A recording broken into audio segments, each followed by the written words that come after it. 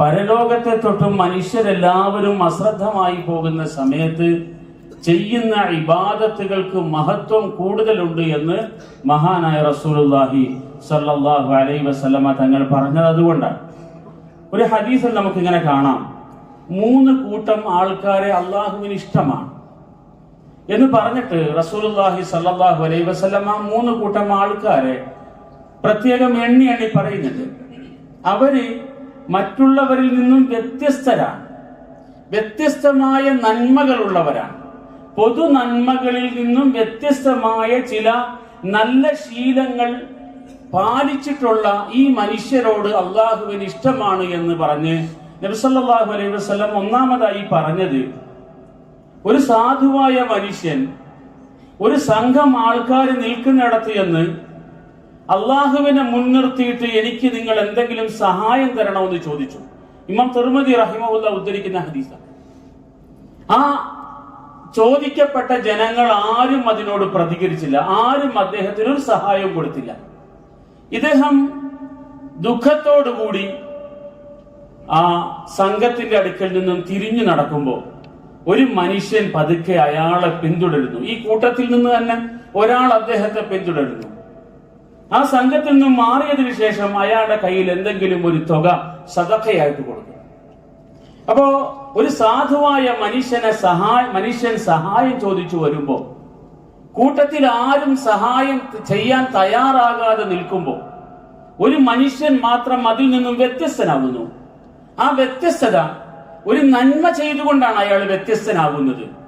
നബി സല്ലല്ലാഹു അലൈഹി വസല്ലം പറഞ്ഞു, ഈ സംഘത്തിൽ നിന്നും വേറിട്ട നന്മയുള്ള ഈ മനുഷ്യനെ അള്ളാഹുവിന് ഇഷ്ടമാണ് എന്ന്. മറ്റൊരാളെ കുറിച്ച് റസൂലുള്ളാഹി സ്വല്ലല്ലാഹു അലൈഹി വസല്ലം പറഞ്ഞത് ഇങ്ങനെയാണ്, ഒരു സംഘം യാത്ര ചെയ്യുന്നു, ദീർഘമായ യാത്ര. രാത്രിയുടെ അവസാന സമയത്ത് അവരവരുടെ ലക്ഷ്യത്തിലെത്തുന്നു. ലക്ഷ്യത്തിലെത്തിയത് എല്ലാവരും ഒന്ന് വിശ്രമിക്കാൻ വേണ്ടിയുള്ള തിരക്കിലാണ്. എല്ലാവരും പെട്ടെന്ന് തന്നെ ഉറങ്ങാനുള്ള സ്ഥലം അന്വേഷിക്കുന്നു, പോയി കിടന്നുറങ്ങുന്നു. കൂട്ടത്തിൽ നിന്നും ഒരാൾ മാത്രം മാറി അദ്ദേഹം നമസ്കാരത്തിൽ ഏർപ്പെടുന്നു. നബി സല്ലല്ലാഹു അലൈഹി വസല്ലം പറഞ്ഞു, ആ മനുഷ്യനെയും അള്ളാഹുവിന് ഇഷ്ടമാണ്. എന്തുകൊണ്ടെന്നാൽ ആ സംഘത്തിന്റെ പൊതു സ്വഭാവം ഒരു രൂപത്തിലേക്ക് പോകുമ്പോൾ ഈ മനുഷ്യൻ മാത്രം നന്മയിൽ വേറിട്ട് നിൽക്കുകയാണ്. അങ്ങനെയുള്ളവരെ അള്ളാഹുവിന് ഇഷ്ടമാണ്. മൂന്നാമതൊരാളായിട്ട് റസൂലുള്ളാഹി സ്വല്ലല്ലാഹു അലൈഹി വസല്ലം പറഞ്ഞത് ഒരു ധർമ്മ സമരത്തിന്റെ സന്ദർഭത്തെ സംബന്ധിച്ചാണ്. ശത്രുക്കളുടെ കൂട്ടായ ആക്രമണം ഉണ്ടാകുന്നു. പിടിച്ചു നിൽക്കാൻ കഴിയാതെ കൂടെ ഉള്ളവരെല്ലാം നാനാഭാഗത്തേക്ക് ചിതറിയോടുന്നു. ഒരു മനുഷ്യൻ മാത്രം വരുന്നത് വരട്ടെ എന്ന് തീരുമാനിച്ച് ആ രണാങ്കണത്തിൽ ധർമ്മയുദ്ധത്തിന്റെ സമരത്തിൽ അടിയുറച്ചു നിൽക്കുന്നു. ആ മനുഷ്യനെയും അള്ളാഹുവിന് ഇഷ്ടമാണ് എന്ന് അള്ളാഹുവിന്റെ റസൂൽ സല്ലല്ലാഹു അലൈഹി വസല്ലം പറയുന്നു.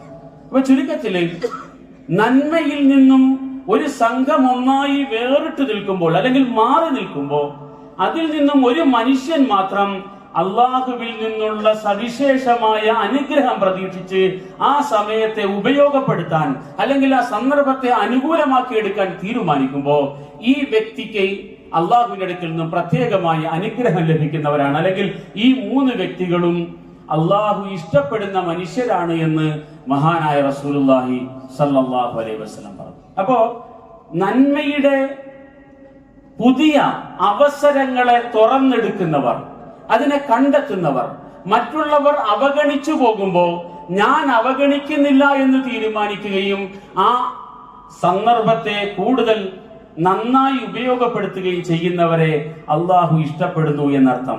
മഹാനായ റസൂലുള്ളാഹി സ്വല്ലല്ലാഹു അലൈഹി വസല്ലം വേറൊരു വചനത്തിലൂടെ ഈ ആശയം ഒന്നുകൂടെ നമുക്ക് വ്യക്തമാക്കി തരുന്നുണ്ട്. ഇന്ന മിൻ വറായികും അയ്യാമസ് സബർ, നന്നായി നിങ്ങൾ ക്ഷമിക്കേണ്ടുന്ന കാലമാണ് വരാനിരിക്കുന്നത് എന്ന് റസൂലുള്ളാഹി സ്വല്ലല്ലാഹു അലൈഹി വസല്ലം പറഞ്ഞു. ആ കാലഘട്ടത്തില് ദീനിനെ മുറുകെ പിടിക്കുക എന്ന് പറയുന്നത് തീക്കട്ട കയ്യിൽ പിടിക്കുന്നത് പോലെ ശ്രമകരമായിരിക്കും. അസാധ്യം എന്ന് തന്നെ പറയാൻ കഴിയുന്ന തരത്തിൽ ഉള്ള അനുഭവമായിരിക്കും ദീൻ മുറുകെ പിടിക്കുക എന്നുള്ളത്. അത്രമേൽ പരീക്ഷണം നിറഞ്ഞ ഒരു കാലഘട്ടത്തിലേക്ക് സമൂഹം എത്തിപ്പോകും എന്ന് പറഞ്ഞിട്ട് നബി സല്ലല്ലാഹു അലൈഹി വസല്ലം പറഞ്ഞു, ലിൽ ആമിലി ഫീഹിന്ന അജ്റു 50 റജുലൻ യഅമലൂന മിസ്ല അമലിക്കും. ഇന്ന് നിങ്ങളിൽ ഒരാള് ഒരു പുണ്യം ചെയ്യുമ്പോൾ എത്രയാണോ അതിന്റെ പേരിൽ അള്ളാഹു കൊടുക്കുന്ന പ്രതിഫലം, അതിന്റെ 50 ഇരട്ടി അന്നത്തെ കാലഘട്ടത്തിൽ നന്മ ചെയ്യുന്നവർക്ക് അള്ളാഹു കൊടുക്കുമെന്ന് റസൂലുള്ളാഹി സ്വല്ലല്ലാഹു അലൈഹി വസല്ലം. എന്താണ് അതിന്റെ സാഹചര്യം? നന്മകൾ സമൂഹത്തിൽ നിന്നും ഇല്ലാതായിക്കൊണ്ടിരിക്കുന്ന ഒരു കാലം. എന്നിട്ട് നബി സല്ലല്ലാഹു അലൈഹി വസല്ലം അതിന് ഒരു കാരണം പറഞ്ഞത് ഇങ്ങനെയാണ്, ഇന്നകും തജിദൂന അലൽ ഖൈരി അഅവാനൻ വലാ യജിദൂൻ. ഇന്ന് നിങ്ങൾക്കൊരു നല്ല കാര്യം ചെയ്യണമെന്ന് വിചാരിക്കുന്നുണ്ടെങ്കിൽ പിന്തുണയ്ക്കാൻ അനേകം ആൾക്കാർ നിങ്ങളുടെ കൂടെ. സഹാബാക്കളോടാണ് പറയുന്നത്. സഹാബാക്കളിൽ ഒരാൾ ഒരു നല്ല കാര്യം ചെയ്യണമെന്ന് വിചാരിച്ചാൽ പ്രോത്സാഹിപ്പിക്കാൻ നിങ്ങൾക്ക് ആൾക്കാർ ഇഷ്ടം പോലെ ഉണ്ട്. നിങ്ങൾ ചെയ്യുന്ന ഏത് നന്മയെയും പിന്തുണയ്ക്കാൻ ആളുണ്ട്. പക്ഷെ ഒരു കാലം വരും, ഒരു നന്മയ്ക്കും പിന്തുണ കിട്ടാത്തൊരു കാലഘട്ടം. നന്മകൾ സമൂഹത്തിൽ നിന്നും തേഞ്ഞില്ലാതായി പോകുന്ന ഒരു കാലഘട്ടത്തിൽ ചില മനുഷ്യര് തീക്കട്ട മുറുകെ പിടിക്കുന്നത് പോലെ നന്മകളിൽ അള്ളിപ്പിടിച്ചു നിൽക്കുന്ന മനുഷ്യരുണ്ടാകും. അവര് ഇന്ന് നിങ്ങൾ ചെയ്യുന്ന, നിങ്ങളിലെ 50 ആൾക്ക് കിട്ടുന്ന പ്രതിഫലമാണ് അതിൽ ഒരാൾ വാങ്ങിയെടുക്കാൻ പോകുന്നത് എന്ന് മഹാനായ റസൂലുള്ളാഹി സ്വല്ലല്ലാഹു അലൈഹി വസല്ലം പറഞ്ഞു. സഹാബാക്കൾ ചോദിച്ചു, അല്ലാഹുവിന്റെ റസൂലെ, ഞങ്ങളുടെ കാലഘട്ടത്തിലെ ജനങ്ങളിൽപ്പെട്ട 50 ആളാണോ അതോ ആ കാലഘട്ടത്തിലെ 50 ആളുടെ തുല്യമായ പ്രതിഫലമാണോ അയാൾക്ക് ലഭിക്കുക? അപ്പോൾ നബി സല്ലല്ലാഹു അലൈഹി വസല്ലം പറഞ്ഞു, നന്മ നിറഞ്ഞ സമൂഹമായ നിങ്ങളിൽ പെട്ട 50 ആളുടെ പ്രതിഫലമാണ് ലഭിക്കുക. സഹാബി സമൂഹം നന്മ നിറഞ്ഞൊരു സമൂഹമാണ്. നന്മകൾ തേടി പിടിക്കുന്ന, നന്മകളുടെ പിറകെ നടന്ന് അധ്വാനിച്ച് കണ്ടെത്തി അത് പ്രാവർത്തികമാക്കുന്ന ഒരു സമൂഹമാണ്. സാധ്യമാകുന്ന നന്മകളെല്ലാം ചെയ്യുന്ന അങ്ങനെയുള്ള നിങ്ങളിൽപ്പെട്ട 50 ആളുടെ പ്രതിഫലം അവരിൽ ഒരാൾ ഓരോ നന്മ കണ്ടും നേടിയെടുക്കുമെന്ന് മഹാനായ റസൂലുള്ളാഹി സ്വല്ലല്ലാഹു അലൈഹി വസല്ലം പറയാം. ഞാൻ പറഞ്ഞതിന്റെ ആകെ ചുരുക്കം, നന്മകളിൽ നിന്നും സമൂഹം അശ്രദ്ധമായി പോകുന്ന സന്ദർഭങ്ങൾ മഹത്വം കൂടിയ സന്ദർഭങ്ങളാണ്. നാം പ്രാധാന്യത്തോടുകൂടി എടുക്കേണ്ടുന്ന സന്ദർഭമാണ്. ഇന്നിപ്പോ ഖുർആൻ ഓതാൻ മനുഷ്യർക്ക് നേരവേ ഇല്ല. എല്ലാ സമയത്തും മൊബൈൽ മറിക്കാനാണ് സമയം. അതിനുവേണ്ടി തന്നെ മനുഷ്യൻ ഒരു ദിവസം എത്ര മണിക്കൂർ ചെലവാക്കുന്നുണ്ടെന്ന് അറിയില്ല. ആ ഒരു കാലഘട്ടത്തിൽ, മൊബൈലിൽ മാത്രം കണ്ണു നട്ടിരിക്കുന്ന ഒരു കാലഘട്ടത്തിൽ ഖുർആനിലേക്ക് ഒരാൾ കണ്ണിനെ പറിച്ച് നടുകയാണെങ്കിൽ ഒരു സംശയമില്ല, നന്മകൾ ചോർന്നു പോകുന്ന ഒരു കാലഘട്ടത്തിൽ ആ നന്മയിൽ വളരെ ശ്രമിച്ച് അധ്വാനിച്ച് ആ നന്മയിൽ അടിയുറച്ചു നിൽക്കുന്ന മനുഷ്യൻ കൂടുതൽ പ്രതിഫലം നേടിയെടുക്കുമെന്നുള്ള കാര്യത്തിൽ സംശയമില്ല. റസൂലുള്ളാഹി സ്വല്ലല്ലാഹു അലൈഹി വസല്ലം ഇങ്ങനെയുള്ള സന്ദർഭങ്ങളെ കൂടുതൽ ഉപയോഗപ്പെടുത്താനാണ് നമ്മോട് പ്രേരിപ്പിക്കുന്നത്. ശഅബാനിന്റെ മാസം ജനങ്ങൾ അശ്രദ്ധമായി വിട്ടുകളയുന്ന ഒരു സന്ദർഭമാണ്. അതുകൊണ്ട് ഞാൻ ഈ മാസം വിസ്മൃതിയിൽ കളയാൻ ആഗ്രഹിക്കുന്നില്ലാത്തത് കൊണ്ടാണ് ഏറ്റവും കൂടുതലായി റമദാൻ കഴിഞ്ഞാൽ റസൂൽ ഏറ്റവും കൂടുതലായി നോമ്പ് പിടിച്ചിട്ടുള്ളത് ശഅബാൻ മാസത്തിലാണ് എന്ന് ധാരാളം ഹദീസുകൾ, വളരെ പ്രബലമായ ഹദീസുകൾ കാണാം. റസൂലുള്ളാഹി സ്വല്ലല്ലാഹു അലൈഹി വസല്ലം ശഅബാൻ മാസത്തിൽ കൂടുതലായി നോമ്പ് പിടിക്കാനുള്ള കാരണങ്ങൾ 2 പറഞ്ഞത്. അതിൽ ഒന്ന് ഇതാണ്, ജനങ്ങളെല്ലാം അശ്രദ്ധമായി പോകുന്നു, അതുകൊണ്ടാണ് ഞാൻ നോമ്പ് പിടിക്കുന്നത്. സഹോദരങ്ങളെ, അടിസ്ഥാനപരമായി മനസ്സിലാക്കേണ്ടുന്ന ഒരു കാര്യം, ജനങ്ങൾ അശ്രദ്ധമായി പോകുന്ന സന്ദർഭം നാം ഉപയോഗപ്പെടുത്തേണ്ടതാകുന്നു. ആ സന്ദർഭത്തെ ഉപയോഗപ്പെടുത്തുന്നവർ കൂടുതൽ ആത്മബോധമുള്ളവരാണ്, തിരിച്ചറിവുള്ളവരാണ്. സന്ദർഭത്തെ പാഴാക്കരുത് എന്ന ഒരു നിർബന്ധ ബുദ്ധി ഉള്ളത് കൊണ്ടാണ് അവർക്കത് സാധിക്കുന്നത്. ആ നിലയിൽ നമ്മൾ അതിനെ ഉപയോഗപ്പെടുത്തണം. നബി സല്ലല്ലാഹു അലൈഹി വസല്ലം തങ്ങൾ ശഅബാൻ മാസത്തിൽ ഇബാദത്തുകൾ കൂടുതലായി ചെയ്യാൻ, നോമ്പ് കൂടുതലായി അനുഷ്ഠിക്കാനുള്ള മറ്റൊരു കാരണമായിട്ട് പറഞ്ഞത്, ഈ മാസത്തിലാണ് അള്ളാഹുവിന്റെ അടുക്കലേക്ക് നന്മകൾ ഉയർത്തപ്പെടുന്നത് എന്നാണ്. അതുകൊണ്ട് ശഅബാൻ വാർഷിക കണക്കെടുപ്പിന്റെ സന്ദർഭമാണ്. നന്മകൾ ചെയ്യുന്നവരെ സംബന്ധിച്ചിടത്തോളം ഏറ്റവും പ്രധാനപ്പെട്ട ഒരു സന്ദർഭമാണിത്. നമുക്കറിയാം, എല്ലാത്തിനും ഒരു വാർഷിക കണക്കെടുപ്പുണ്ട്, സാമ്പത്തിക വർഷമുണ്ട്, വാർഷിക കണക്കെടുപ്പിന്റെ സന്ദർഭമാണ്. ലാഭനഷ്ടങ്ങൾ വിലയിരുത്തുന്ന സമയമാണ്. എന്ന് പറഞ്ഞതുപോലെ നമ്മളുടെ ഒരു വർഷ ജീവിതത്തിന്റെ കണക്കെടുപ്പിന്റെ സന്ദർഭമാണിത്.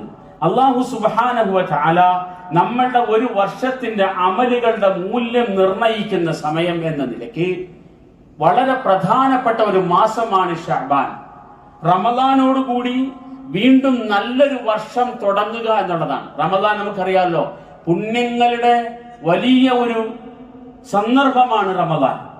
എല്ലാ തരത്തിലുള്ള നന്മകൾക്കും കൂടുതൽ കൂടുതൽ പ്രതിഫലം ലഭിക്കുന്ന സമയം. ഇപ്പൊ നമ്മുടെയൊക്കെ അമലുകളുടെ വർഷം ആരംഭിക്കുന്നത് റമദാൻ മാസത്തോടു കൂടിയാണ്.